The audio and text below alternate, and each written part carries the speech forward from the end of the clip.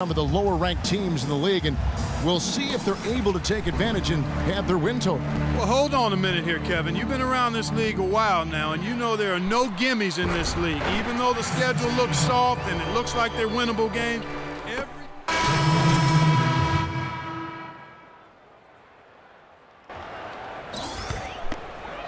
First quarter of action, just under 3.5 minutes played. And guys, with the Suns last year, you know, it wasn't a full return to that 7 seconds or less era, but it was pretty close. And the Suns were right at the top in terms of pace of play. 5 on the clock. Here's Freak. There's the basket and make it a double-digit lead. Oh, this is the kind of start they were hoping for. yeah, shots falling, off to a very good start offensively as a result. Irving kicks to Thompson. Back to Irving. That's in, coming off the assist from Thompson. Irving's got his first bucket in this one. Another nice bucket down low. They've really been able to work the ball into the post effectively so far. Yeah, and I think we're going to see them operating a lot of their offense from the interior today. Freak passes to Bledsoe. And it's blocked. Oh, and here comes Smith, all alone. Finished off the break. Great hustle to turn the block shot into a fast break hoop. That's a big-time play. For the Cleveland Cavaliers, their last game a loss to the Trailblazers in Portland. Yeah, they were able to keep it close for the most part, but you could just tell they were not in sync as a unit. Greg, you're exactly right. It couldn't have been worse, in my opinion. They didn't look fresh at any point in the game. Just seemed to be flat and listless, no spark. Well, you go back last season, the Cavs had a very slow start to the year. Not surprising. They had a lot of new faces and people they were bringing together. Clark, it didn't look like the powerhouse they would end up being, as we saw. Well, you know, they were kind of fumbling and bumbling around in the 5th and 6th spots in the East for the first half of the season. Made some changes, though, through trade, and that got them going, I think. Outside Williams. From outside, off the mark. Suns leading by 9. There's 47 seconds left in the first. And the dunk by Len. Already seizing control of this game. Total control, Greg, and as well as they're playing at both ends, I look for this lead to get even larger. And those midseason trades for the Cavs really turned things around. Mozgov came in, J.R. Smith and Shumpert secured that 2 spot, gave this team an incredible edge defensively.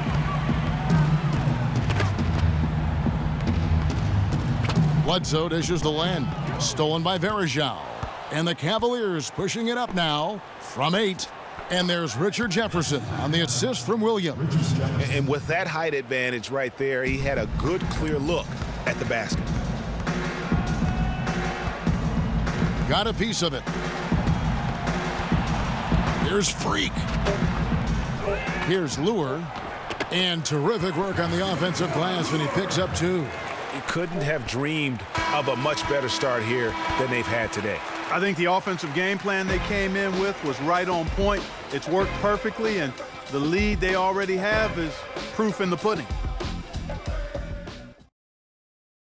And Cavs head coach David Blatt beginning his NBA career after a long and illustrious career coaching over in Europe. He talked about there's just a lot more practice time. And when the games come, you're still. And Blatt, one of the most successful American coaches in European basketball history, Clark, and he's done a great job in his first season with the Cavaliers in the NBA, but nothing he did overseas certainly can compare to this. And, you know, that's why, Kevin, people always talk about it in terms of being a marathon. Floor. A different look now for Cleveland. 1:37 left to play here in the half. So on the floor for Cleveland, Thompson and Varejao at the 4 and 5. Smith is out there with Williams, and it's Jefferson in at the 3 slot. Tell you what, guys, it was a bit of a mixed bag for Eric Bledsoe last season. Average career highs in rebounds and assists. Those were the good parts. But for some reason, the field goal and 3-point percentages dropped 30-plus points. And talking about Eric Bledsoe, he took on a lot more responsibility last season, Greg, especially after the trades in Phoenix. He became the main focal point of their offense. And you know what? It was his first year of kind of being the man. Signed the big contract coming into the season, and now there's a responsibility that goes with being the go-to guy. Eric has the talent to shine, though, in that role. One thing about Eric Bledsoe, he made it clear he wanted to be paid like an upper-tier player, and that led to quite a negotiation between he and the Suns last year. Ultimately, the two sides agreed to a 5-year, $70 million deal. Let's check out what Doris Burke has for us. Well, Kev, Freak in the last matchup against the 76ers, well, he struggled. He chipped in his share of points and helped out the team by coming up with a few key steals in that one as well.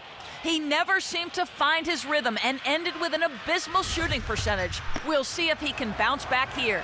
Doris, thanks. And we all know he wants to come out here and move on. Yeah, and what would really help is if he could come out and get off to a good, quick start here tonight. That would be a huge help. I mean, the faster he can move on and get locked into the present, the better off his team will be. Talking about Eric Bledsoe's contract, many insiders felt like it was too much for a sporadic talent. We knew that he was the good backup in Los Angeles with the Clippers and going to Phoenix in a more prominent role, but he went on to have a dynamic season, proving that, Greg, and you know this position so well, he has the ability to be one of the best league's combo guards, I think. I agree. I mean, consistency will tell the tale when it comes to Bledsoe. I mean, the rebounds and assists, the averages were up last year, but his shooting percentages were down. So is Bledsoe a near max level player? Only time will tell. Shooting two. Shooting two.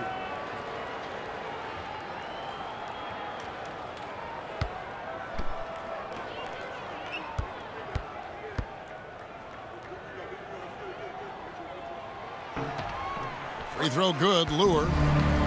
What a year for the Suns in terms of transactions. Started the season with Dragic and Thomas on the roster and moved them both, Clark, at the deadline. And, most folks saw the Dragic trade coming after his disagreements with the team. The Thomas trade was a bit of a surprise, though. He's off on the second. And as you said, the Suns made a flurry of deals at the deadline. You knew they would move one guard, but ended up moving two, brought back one as well.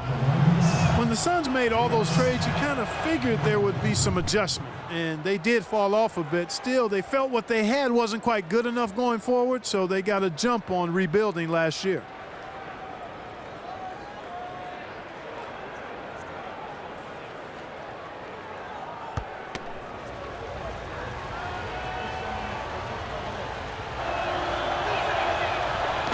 Smith hits them both.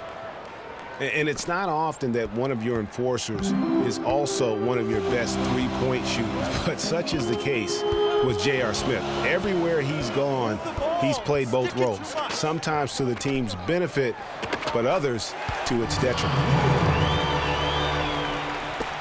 35 seconds left in the second quarter. It's Williams with the drive, and it's blocked. And that's the battle they haven't been winning today. Their work on the glass has been porous, and that's got to change. Yeah, no question about it. I mean, as they're looking to battle back, that's one of the key elements. You got to rebound.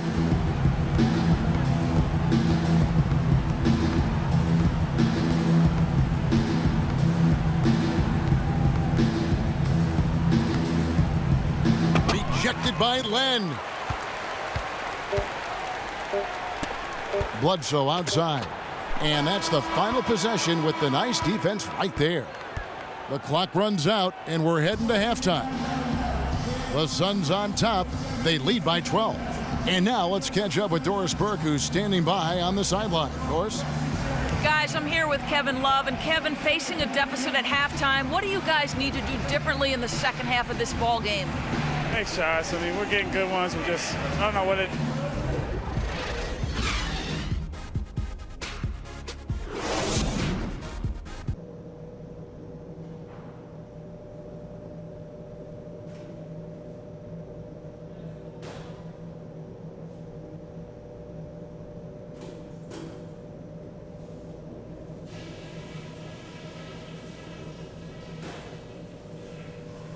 Okay, guys, solid play so far. I like what I'm seeing. But just a few things to talk about before the second half. We got a spectacular boost from the guys coming off the... Welcome back, everyone, to the start of the second half. Big margin on our hands, but we'll see if that gap narrows down in the third and fourth quarters. Look at LeBron James. He's really been playing well. Yeah, the rebounding, particularly on the offensive side, as good as it gets. He was bringing the effort down low. And I tell you what, that allowed him to get it. Teams changing it up here. Freak, he's in at point guard. John Lure's out there with Warren. Then there's Len, and it's Booker in at shooting guard. That's who's out there for Phoenix. On the wing, Irving. 11 points in the game. Thompson, and he comes off the screen and slams it through.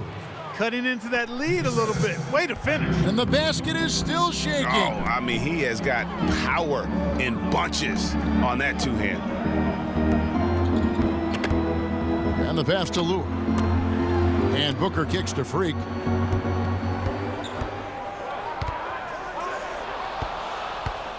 And Irving with a clear path to the hoop. And he gets it to go. Now it's just a three-point Suns lead. Another bucket in the paint. That's something they just have not been able to stop today. Yeah, the defense is all about disrupting timing and spacing, and what they've got going right now is not getting it done. Warren, the pass to Freak. Some nice ball movement here by the Suns. Down to 5 on the shot clock. Tries a three. Can't get it to go. Cavaliers go the other way with it. This game against Phoenix here, it's the first look at the Suns. And really, this is a team that expects to beat everyone when they step on the floor, but they were only able to split the series last year. And you look at how they match up. Certainly you could see them losing, but you would still expect them to come away with 2 wins.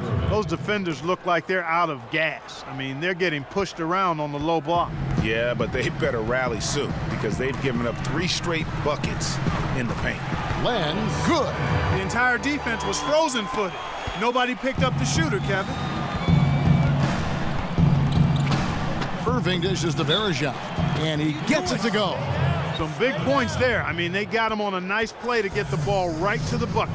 And exactly what they're looking for down the stretch, Clark. Just more of the same. Phoenix making some changes. P.J. Tucker comes in for T.J. Warren, and it's Brandon Knight in for Freak. That one drops. He ties it up. We've got 28 seconds left. So it's the Suns taking the W in a close one.